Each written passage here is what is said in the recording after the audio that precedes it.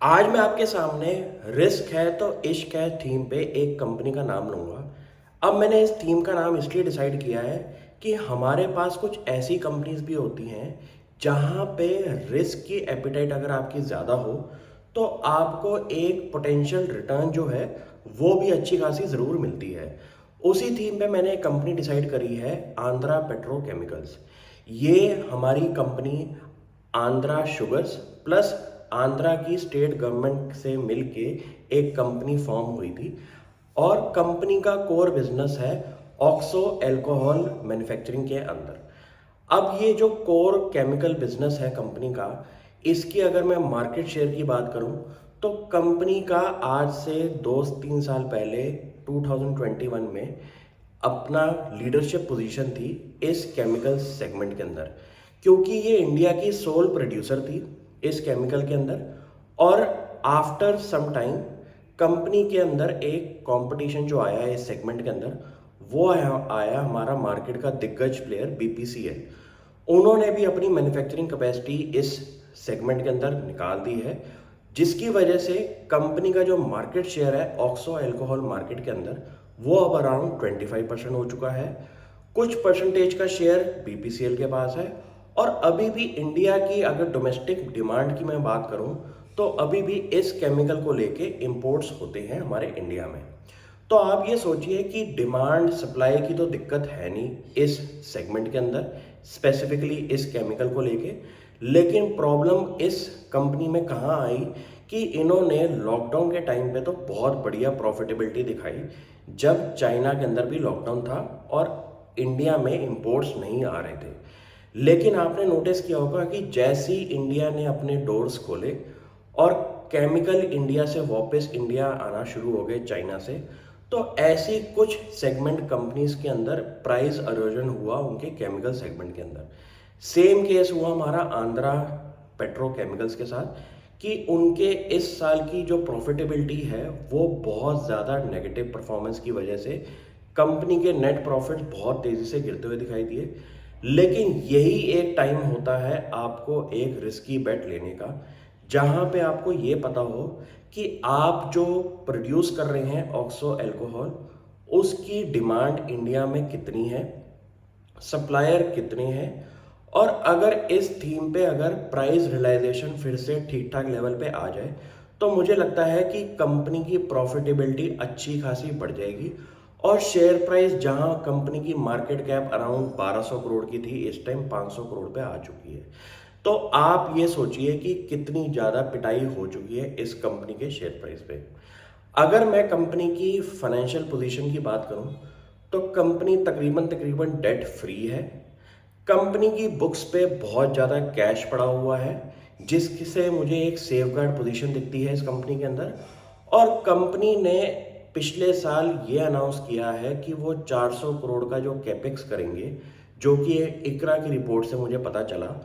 वहाँ पे कंपनी ने 2-3 साल के अपने फाइनेंशियल प्लान्स भी बता दिए हैं कि उस केपेक्स को वो कंपनी अपनी इंटरनल एक्रूवल और कैश ऑन बैलेंस शीट से यूज़ करेगी। मुझे लगता है कि कंपनी की एग्जिस्टिंग कैपेसिटी 73,000 मेट्रिक टन्स पर एनम्स की जो है, वो आने वाले साल में अगर डबल भी हो जाए और इंडिया में डिमांड इस केमिकल की बढ़ जाए तो कंपनी ठीक ठाक लेवल पर ट्रेड कर सकती है। अब कंपनी के कंपटीशन में अगर बीपीसीएल है तो आपको इस कंपनी का रॉ मटेरियल जो है वो प्रोपलाइन होता है, उसकी डिमांड हमारी कंपनी फुलफिल करती है एचपीसीएल की एक रिफाइनरी से, जो कि कंपनी की मैन्युफैक्चरिंग फैसिलिटी के बिल्कुल एडजेसेंट है विशाखापट्टनम पोर्ट के पास। तो कंपनी की रॉ मटेरियल की रिक्वायरमेंट भी एचपीसीएल से आ जाती है। और कंपनी ने अपने रॉ मटेरियल को सेफगार्ड करने के लिए थोड़ा सा बीपीसीएल के साथ भी टाई अप किया है प्रोपलाइन के लिए। इस सेगमेंट के अगर मैं कोर कंपोनेंट एरिया देखूं कि ये कहाँ कहाँ पे केमिकल यूज़ होता है, तो आप हैरान हो जाएंगे। इंडिया की ऐसे कुछ कोर सेक्टर्स हैं जहाँ पे इस केमिकल की रिक्वायरमेंट बनती है। अब प्लास्टिसाइजर्स जो होते हैं, जो कि आपके इंडिया के अंदर कंस्ट्रक्शन मार्केट, पेंट्स, जितने भी ऐसे ऐसे केमिकल्स हैं जहाँ पे आपको पेंट की रिक्वायरमेंट बैठ रही है, वहाँ पे इस केमिकल की रिक्वायरमेंट आगे जाके फ्यूचर में भी बढ़ती हुई दिखाई देगी, क्योंकि ये ऐसे सप्लायर्स हैं जहाँ पे आपको इंडिया की कोर कंपनीज अगर इंफ्रास्ट्रक्चर के अंदर ग्रो हो रही हैं पीवीसी मार्केट के अंदर, तो वहाँ पे भी आपको इस केमिकल की रिक्वायरमेंट बैठेगी। अगर आपको इस कंपनी पे मैं अगर अपना व्यू बताऊं, तो मैं भी अपने पोर्टफोलियो के अंदर कुछ ऐसा सेगमेंट रखता हूं जहां पे मैं रिस्की बेट्स लेने को तैयार हो जाता हूं। अगर शेयर प्राइस बहुत ज़्यादा गिर जाए, कंपनी की फाइनेंशियल पोजीशन देख के मेरे को ये लगा कि कंपनी में डेट ना होने की वजह से जो कंपनी का कैश ऑन बैलेंस शीट है वो मुझे मेरी सेफगार्ड करेगा इन्वेस्टमेंट को। और ऐसी चीज़ देख के अगर मुझे लगे कि इंडिया के अंदर अगर इस केमिकल को लेके आज से 2-3 साल के बाद इंपोर्ट बैन हो जाए, तो कंपनी एक रॉकेट की तरह बढ़ सकती है आने वाले फ्यूचर के अंदर। क्योंकि पूरे इंडिया की अगर केमिकल मार्केट की मैं बात करूं, तो वो एक की पॉइंट पे आके डिसाइडर फैक्टर बन जाता है कंपनी के फाइनेंशियल पोजीशन पे कि यहाँ पे चाइना का क्या इफेक्ट है। अगर कोई भी केमिकल के अंदर चाइना अपना केमिकल इंडिया में भेजता है, तो वो एक डंपिंग के तौर पे भेजता है, जिसके अंदर उनको प्राइस रियलाइजेशन जो है वो इंडियन कंपटीशन के अंदर काफ़ी ज़्यादा कम मिल जाती है, और वो एक वॉल्यूम केस पे गेम खेलते हैं। इस केस में भी यही हुआ कि जब बाकी डिमांड हमारी चाइना से आ रही है और आपको मार्केट में जो प्राइजेस हैं उस केमिकल के जो चाइना सप्लायर कर रहे हैं वो अगर कम दिखाई देंगे, तो ऑब्वियसली आपकी प्राइस के अंदर इरोजन होएगी और आपका नेगेटिव इफेक्ट इस कंपनी पे ज़रूर आएगा।